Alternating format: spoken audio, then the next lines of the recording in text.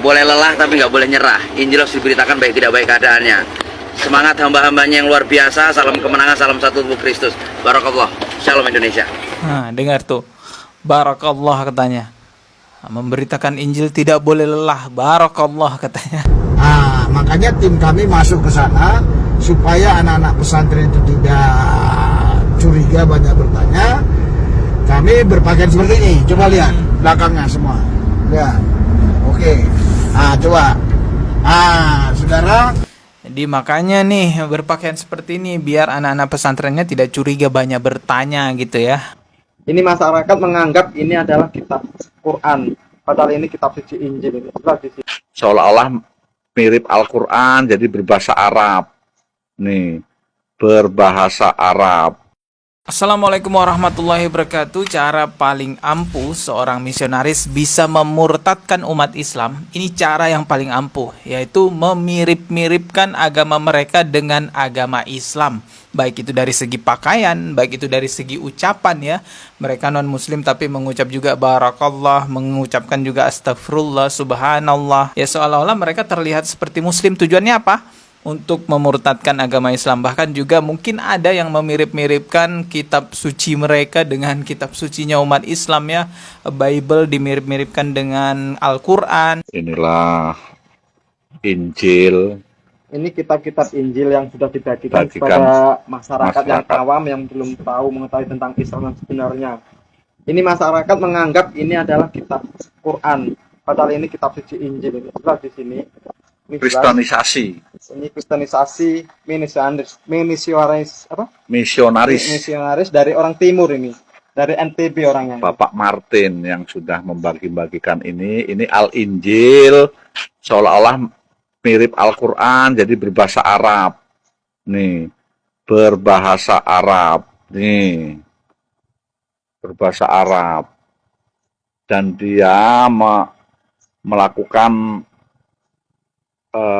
semacam baiat suruh syahadat kepada para murid-muridnya, syahadatnya syahadat penyesatan. Itulah cara-cara paling ampuh misionaris untuk memurtadkan umat Islam, yaitu dengan metode memirip-miripkan, bahkan sampai kitab mereka, susunan desainnya, layoutnya dimiripkan dengan susunan desain Al-Quran, sampai bahasanya pun juga dimiripkan dengan bahasa Al-Quran, yaitu ya bahasa Arab teman-teman. Kalau mau bahasa aslinya Injil itu sebenarnya Ibrani ya, tapi kita umat Islam meyakini bahwa Injil yang ada pada sekarang itu sudah tidak murni lagi seperti apa yang ada pada Nabi Isa dahulu. Intinya adalah ya mereka memirip-miripkan lah ya apa yang ada pada Al-Quran dengan apa yang ada pada kitab mereka. Makanya kita kaget banget tuh pas ada yang bilang, seorang ustadz lagi yang bilang, nih surah Yohanes mirip loh dengan surah Maryam. Waduh kacau. Makanya semua bingung, jangan pun kamu bingung, saya juga bingung lihat kamu, betul nggak? Untungnya ada beberapa ustadz yang akhirnya juga berbicara bahwa surah Yohanes ayat sekian-sekian tidak mirip dengan surah Maryam ayat sekian-sekian. Salah satu yang berbicara itu Ustadz Mujiman. Saya salut sih sama Ustadz Mujiman, luar biasa. Apakah surat Maryam ayat berapa tadi? 30, 31 dan Yohanes pasal 3 ayat 16. Apakah mirip? Ya tidak mirip.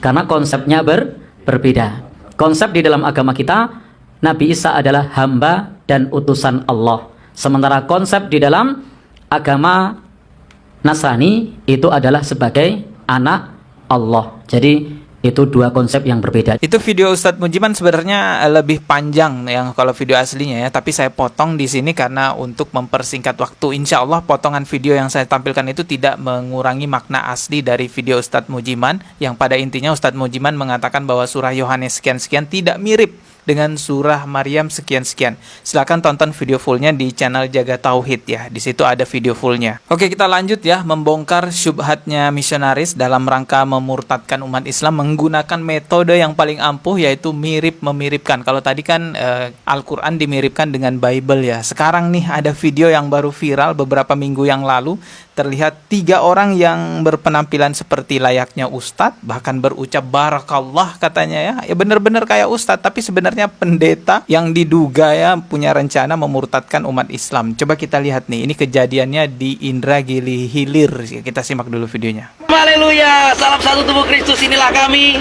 hamba-hambanya, para senior dan penisepuh di pedalaman Indragiri Hilir. Ya, sekarang kami ada di YS2. Wih, kami sudah sampai setelah 1 jam lebih di speed.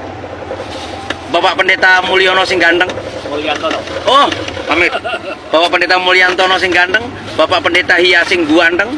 Kami semua bertiga ini pakai peci loh, saudaraku. Keren. Nah, ini luar biasa ini. Ini kami sudah sampai. Ah, ini lokasi kami. Akan ada KKR siang ini. Haleluya. Ini hamba-hamba yang sudah menanti kami. Wih, mantap. Kita sampai, haleluya. Jadi boleh lelah tapi nggak boleh nyerah. Injil harus diberitakan baik tidak baik keadaannya. Semangat hamba-hambanya yang luar biasa. Salam kemenangan, salam satu tubuh Kristus. Barakallah. Shalom Indonesia. Nah, dengar tuh, barakallah katanya. Memberitakan Injil tidak boleh lelah, barakallah katanya.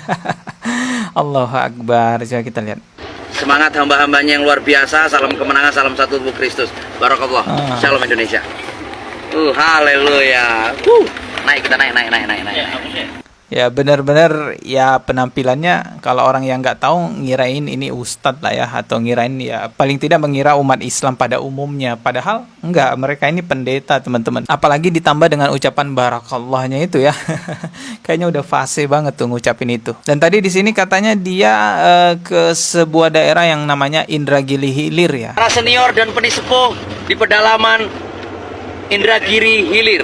Ya, sekarang kami ada di YS2.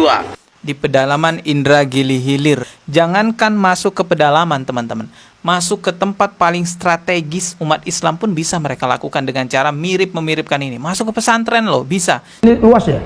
Iya. Ini tempat apanya ini? Ini buat ngaji santri. Oh, ngaji santri ya. Apa ya? Ini tempat ngaji santri ya. Assalamualaikum. Ya, oke. Coba kita lihat nih ya videonya, dengan terang-terangan pendeta ini mengatakan bahwa dia berhasil masuk ke pondok pesantren dengan metode ya berpenampilan seperti ustadz gitu ya. Kita simak nih videonya. Bapak Ibu Saudara-saudari dikasih Yesus, kami sekarang ada di tol Solo ke Semarang. Oh, ini Solo Semarang ya. Kalau yang tadi Indragiri Hilir itu di daerah Riau. Kalau ini di daerah Pulau Jawa, Solo Semarang gitu ya. Jadi ke Semarang nanti ganti mobil lagi. Kami berangkat hari apa itu kita berangkat ya? Santai-santai aja. Hari apa kita berangkat? Rabu. Hari Rabu. Kamis. Hari Kamis, saudara. Kita berangkat hari Kamis. Dan kami waktu masuk ke pesantren yang di Karanganyar Solo itu, kecamatannya apa? Gendangrejo ya, kecamatan. Kan masuk ke sebuah pondok pesantren yang kecamatannya apa tadi tuh ya, Gendangrejo apa gimana tuh.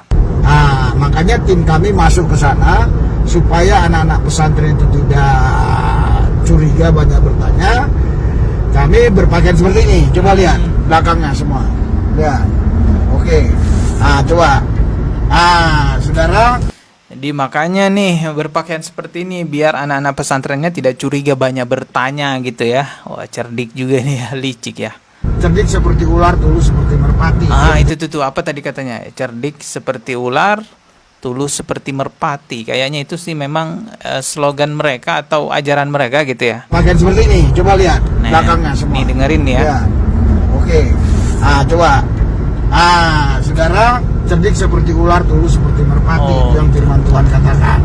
Firman Tuhan katanya, berarti memang ajaran mereka begitu ya. Ketemu orang Yahudi seperti Yahudi, ketemu Yunani seperti Yunani. Oh gitu. Bukan sifatnya, tapi pendekatan-pendekatan yang tidak melanggar firman kita boleh pakai. Oh, jadi itu memang ajaran mereka lah ya, memirip-miripkan begitu ya. Kalau ketemu sama ya orang Yahudi ya seperti Yahudi, ketemu dengan orang Yunani seperti Yunani gitu. Ya beda dengan agama Islam ya, kalau kita tuh nggak bisa pura-pura begitu karena kita diikat dengan aturan man tasyabbaha biqaumin fahuwa minhum. Barang siapa yang menyerupai suatu kaum, maka dia termasuk bagian dari mereka. Makanya kita nggak boleh menyerupai umat agama lain, nggak boleh menyerupai orang kafir. Tapi kalau di agama mereka ternyata ya boleh-boleh saja ya, bagian dari cara mereka untuk menyebarkan agama mereka. Maka dari itu ya waspadalah teman-teman ya, karena memang begitu cara-cara mereka. Dan oleh sebab itulah kita juga dengan keras mengkritik seorang ustadz yang mengatakan surah Yohanes itu mirip loh dengan surah Maryam itu yang ayat sekian-sekian. Itulah sebab kenapa kita tegas mengkritiknya, bukan membencinya, tidak sama sekali membencinya. Allah Maha tahu isi hati kita, yang nggak mungkin kita menyebarkan kebencian di YouTube ditonton puluhan ribu orang. Enggak,